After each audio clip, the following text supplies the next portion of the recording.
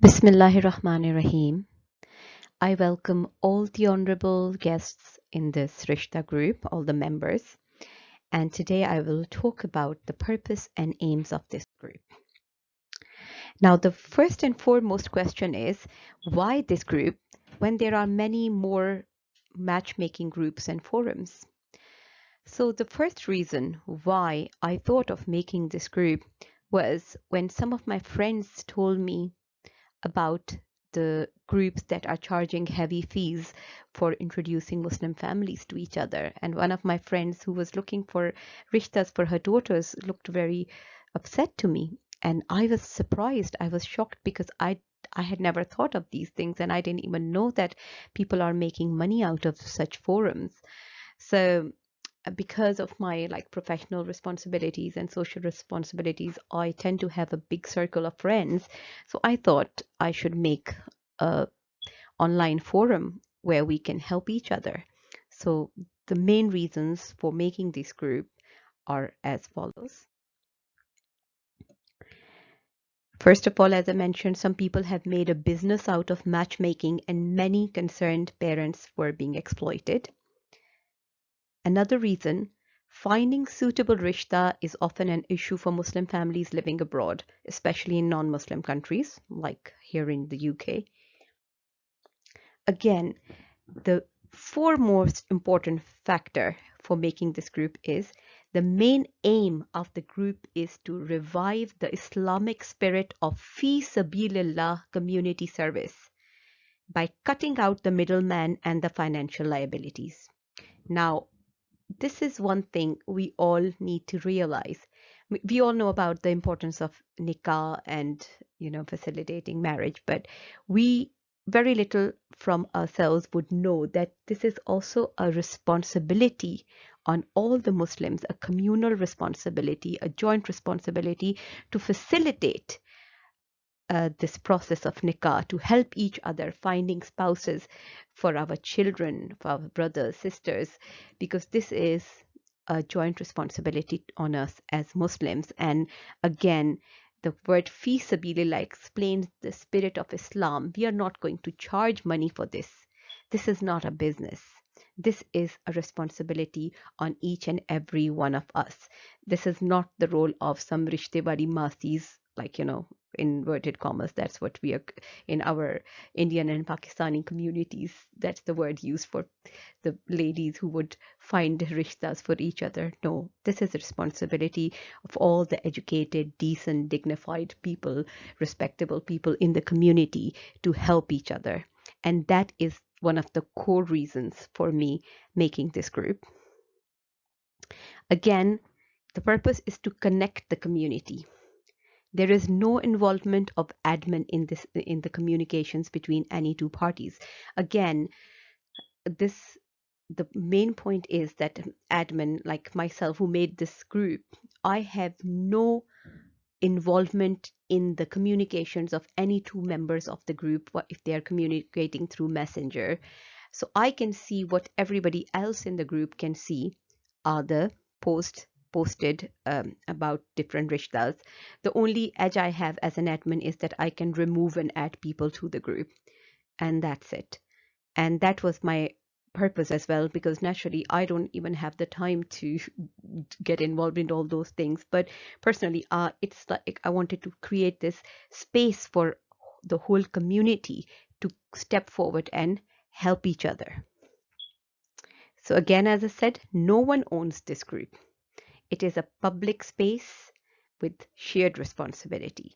So when we are all the members of this group, it's our responsibility to help this group thrive and serve the purpose it is made for. And before I go any further, because I really want to discuss the concept of reviving the Islamic spirit of fi sabilillah community service with all of you, I have a disclaimer to share. I have posted it several times in the group, but I think some of the members have not even read it. That's the reason I get phone calls and messages from many members asking me to find a rishta for them. Well, I have now explained that it's not me finding rishta. We are all helping each other by posting on the group and inviting people to be able to communicate with each other. And in this way, we can reach out to more families and reach out to prospective spouses of your children. Now, the disclaimer: I have no personal gains out of this service, nor is this my profession. So, this is something very important. My cousins and my friends have already making fun of me, calling me a Rishtay wali Masi. And I mean, as I've explained, that's not my profession. Um, I don't get involved in any of the communications between the group members regarding any rishta. I have just created this space for them to interact with each other. As I've mentioned that already. I don't know most of the people personally, so I don't take responsibility of the authenticity of anyone's credentials. It's just a free fi sabilillah public service group to facilitate Muslim families by bringing them together on one forum.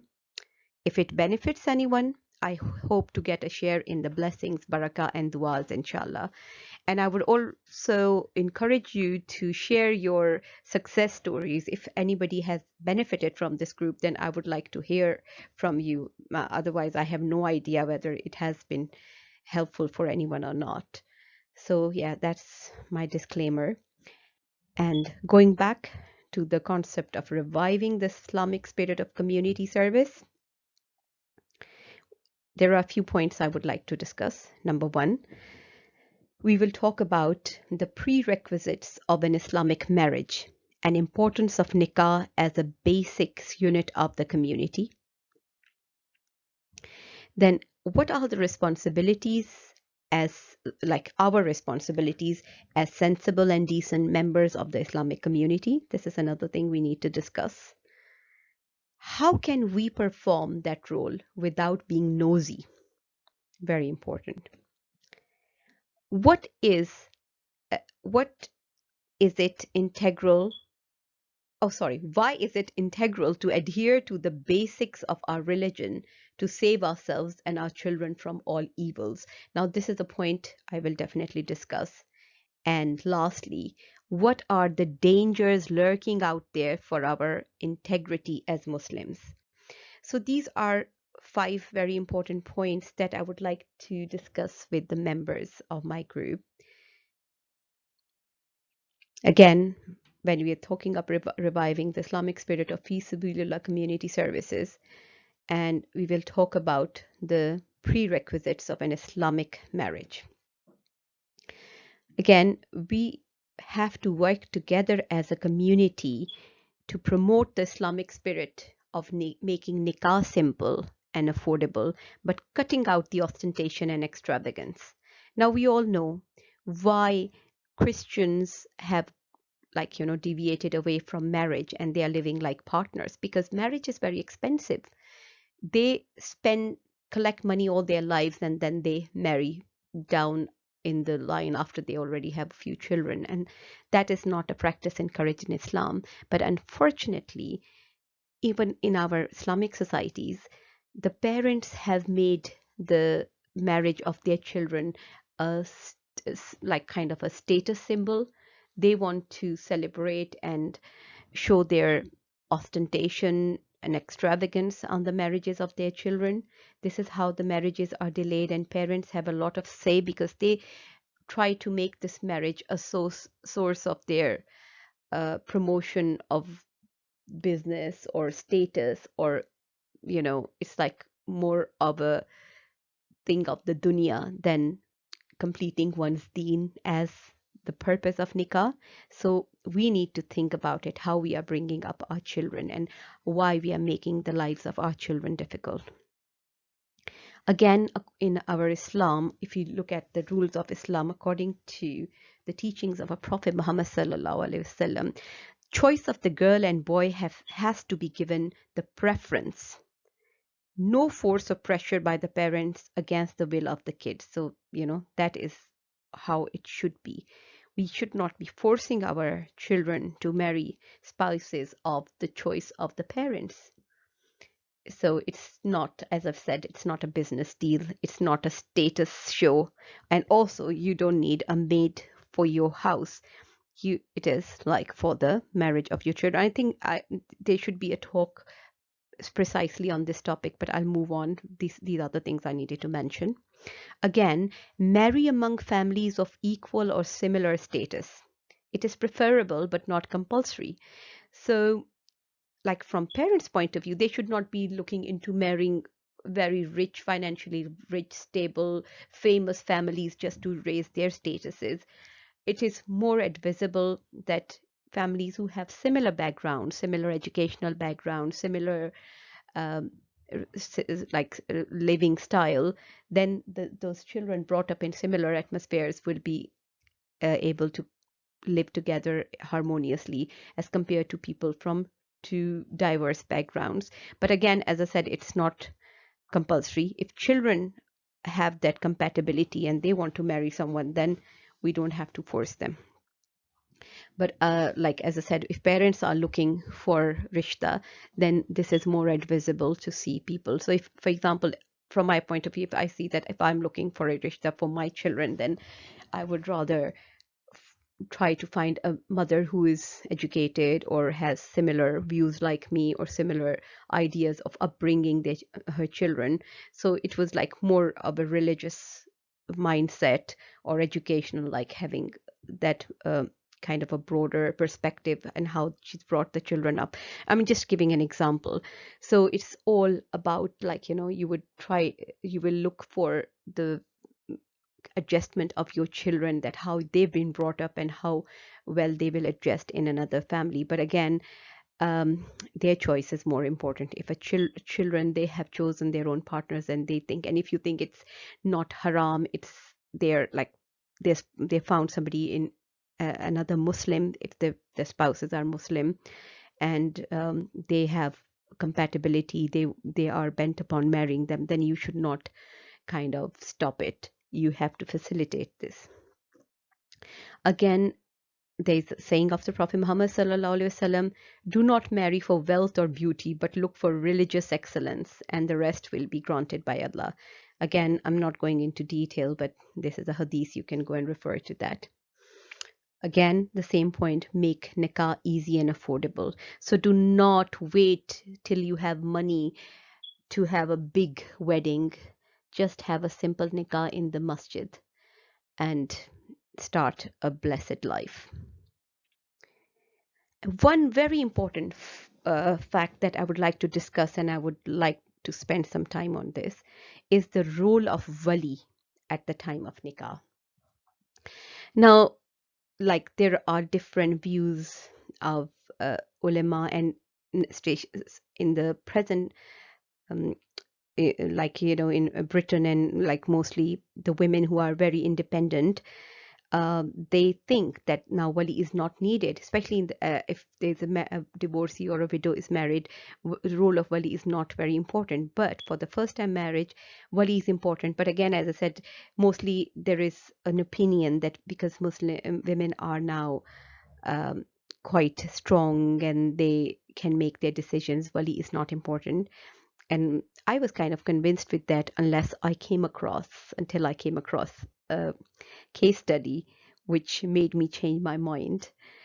Um, Again, this happened, like, naturally, it's my personal experience, and through some case studies during my job role, I came across this study of a university in UK where two Muslim students, two undergrad students, who had come from two different countries, two different Muslim countries, they met here in the university. They were on the same course, and they decided to get married because they were here for 3-4 years. Now, they married here in the UK in the presence of, naturally, their friends, and they did a nikah in the masjid, but they did not involve their parents. So there was no wali from the girl's side and no person from the boy's side. So it was in one way a secret marriage because their families back home were not involved or informed about it. But naturally, it was a Shari marriage because they had the witnesses and had a proper nikah. They lived together for 3 years. So they were like husband and wife. But when they had to go away for holiday, they would go separately to their respective countries and their homes. and they kept that a secret for all that time. When it came, when they finished the courses and they had to return home, the boy threw this bombshell on the girl, telling her that they would have to terminate the marriage because he is sure his parents are not going to approve of this marriage. Now, do you understand where that girl stood? And she had to go through counseling services, and she had a nervous breakdown. That's the worst a girl could go through after 3 years of marriage when they have a happily married couple. But that's how that poor girl was exploited by a selfish man, because if he was sincere in the first place, he would have involved his family and her family. So he deceived her into that they would live together as husband and wife, and when time comes, he will inform his family. And this did not clearly happen. And after reading this case study, I was so convinced that the role of wali is so very important in any marriage.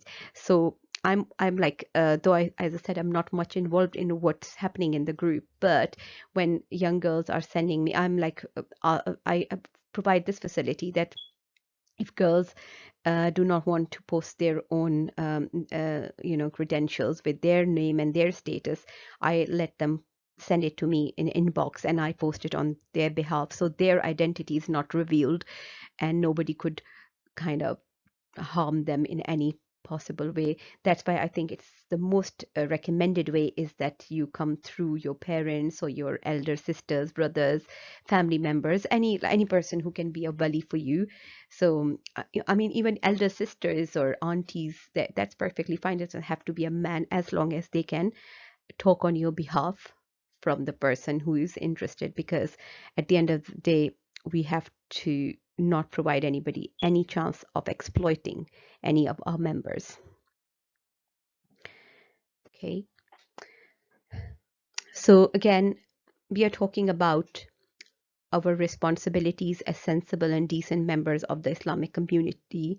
So in the light of the Holy Quran, what are the the rules for us?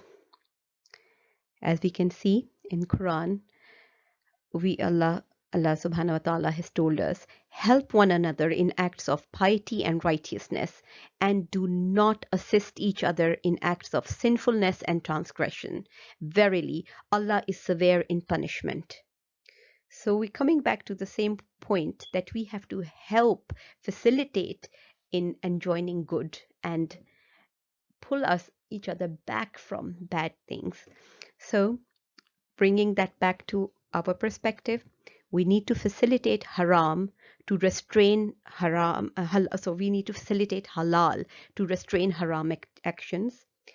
And one of the things is to make nikah simpler and affordable, that it will deter the youth from easily available haram and sins. Again, as parents, we do not realize how, like in the Western countries, when our children are going to universities and colleges, haram is so easily approachable, and it's there inviting your children, and we are stuck into our customs and our status in front of other community members. We don't even realize what position we are putting our children in.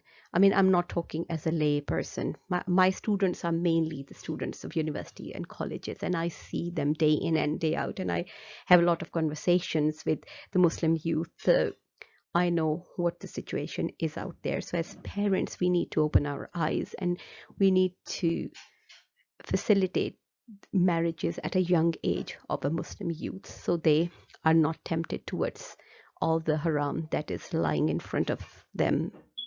It's like shaitan is on the prowl all the time. We need to understand this. Again, our communal responsibility as Muslims. So we need to have that feeling the responsibility towards maintaining and facilitating the core Islamic practices in the light of Quran and Sunnah, and supporting each other in all good and beneficial deeds is thus a paramount duty of all Muslims. So again, we need to educate each other that we don't need to spend so much. We don't need to look for show off. We just need to hasten, be quick in marrying of your children, have simpler nikahs, make it easy. Do not make a competition so it's difficult for others to follow. Just make things simple and gain the blessing of Allah subhanahu wa ta'ala, and also help each other finding good rishtas for their children. So we know now, in the previous time, in olden times, there were community spirit. People used to work together in the communities, in the muhallas. They would help each other. All the daughters and sons were taken as like their own daughters and so among their brethren. Nowadays we are living in a global world, so we are, as so now the Muslims around the globe are one community. So we need to rise above all sects and differences. So there, it doesn't matter what nationality we are. We have to rise above races and look at each other as one ummah, one community, and then facilitate and help each other. So one more point is reviving the spirit of fi sabilillah community service. This is one step that I've taken, and it's not me on my own. It's like involving all my friends, all of you, that by bringing Muslim families on one platform, we can revive the Islamic community spirit and to facilitate each other in finding the right partners for our children, siblings, friends, and community at large. Again, I mean, there's no compulsion. You don't have to force each other to do something, but you have to provide that wider spectrum, wider perspective. So you don't have to pay to people who are exploiting you by providing you a smaller uh, variety of people. So naturally, if there are, I don't know much about it. There may be like a lot of very good services out there. So I have no knowledge, and I'm not going to uh, bad mouth anyone here. But what I've been told through my friends of the very few services who are charging them big fees and then just introducing them to two, three other families, I think by if we all work together and build this big community, then we all will have a broader spectrum and a bigger kind of pool of rishtas to look through. And naturally, the choice is yours at the end, but you will have more choices to look at, and I think that will be more feasible and helpful for everyone. And at the end of the day, everybody has to make their own choices. You have to do your own research, you have to do your own investigations.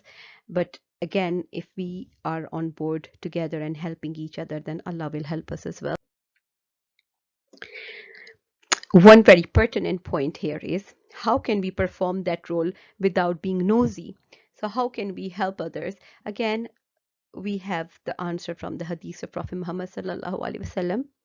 The Messenger of Allah, peace and blessings of Allah be upon him, said, part of the perfection of one's Islam is in leaving that which does not concern him. So as far as we can help someone in introducing two families, bringing them to the forum, but then once two families have been introduced to each other, then we need to just walk away and find some other good deed to do rather than just prying in their privacy. Also, if a couple has been married now, so then we need to walk away. We don't need to see how they are getting along and if there are any problems and issues. So this is something we should not do. And again, it's against the spirit of this group. As I've said, being an admin and making this group, I have no knowledge of what's happening between the any two parties who are communicating through messenger. I have no idea. So I did my job in making the group, and now my only concern is that this group should not be used for any negative purposes. Otherwise, I'm happy if people are meeting each other, communicating with each other, and facilitating each other, and some good outcomes are coming out of it. Again, as I've said, we can very decently introduce two Muslim families to be deemed suitable for each other, and then leave the matters to them and move on.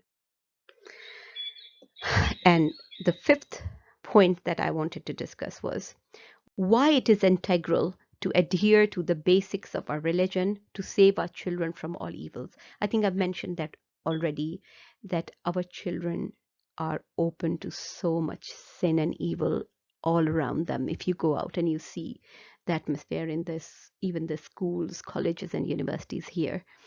So we need to provide them a solution. We need to encourage and facilitate our youth, especially young ladies. Also, another point is that young ladies who are looking for marriage partners, it's like in our community, uh, people tend to look down on women who are themselves looking for their proposals, and this is a very negative attitude. We need to support these young ladies or even young men who are going away from sin and coming to the halal. So we need to support them. We need to encourage them and help them in any possible way that we can to win the favor of Allah subhanahu wa ta'ala. Also, again, as said, facilitating the marriage of widows, widowers, and the ones with failed marriages. Because anything can happen to anyone. And if you are a happily married person, this is like a sadaqah on your side to go out and help others who are looking for solace and peace in their marriages and find them, help them, facilitate them in finding good marriage partners. And very important fact, as I've mentioned before as well, that we together as a community in this group, we need to keep an eye out for all fake and sham accounts who take advantage of such forums. It's our joint responsibility to name and shame such people. So if any person has made a fake account and is trying to target the young ladies, I mean, I would really want to know about it and just kind of delete them from the group. And together as a community, we need to look into this. Also, we need to make sure no one dares exploit our vulnerable community members. So yes, again, this is paramount. We should shoulder this joint responsibility as responsible Muslims. So again, it's not me alone. All of the members of the group, we have to make sure that we identify if already some black sheep have entered the group. Though I've not been notified of any such things, but I'm still like kind of asking everyone, if somebody has tried to approach you in any indecent way, then do inform me. And again, I have left it on the group members because I know more than 80% of you personally, because as like your old college friends or school friends or friends of friends, so I know that they're all decent, reliable families. So you are most welcome to invite your friends, your family members to expand this group, but I do not entertain requests from random people I do not know, especially any men, just to cut out any chances of any dodgy activity. And having said that, the last point here, are we not aware of the dangers lurking out there for our integrity as Muslims? So again, as I've said, this forum has purely been made for a halal and sincere purpose, and anyone using it otherwise will not be tolerated. This clearly is not a dating site and won't be allowed to be used as such. So again, because I was a bit skeptical when I saw some posts about a person interested in second marriage but then not giving his details. I'm not sure, it could be genuine, but again, as I said, I don't want any dodgy or some indecent activities. I don't want people communicating with each other without the purpose of sincerely getting married, because if I have realized this group is being used for this purpose, I would rather delete the group, because this is not, I created this group for a sincere and good purpose, not for facilitating any haram here. Again, I request all members to notify the admin about any indecent approaches made by any member of the group. It is it's a totally free service fueled by the Islamic community spirit. We disown anyone asking for financial assistance on our behalf, so please notify any such requests as well. Keeping the group free of fake and dubious accounts and inviting trustworthy members of Islamic community to the group is also a shared responsibility of all the honorable members present in the group.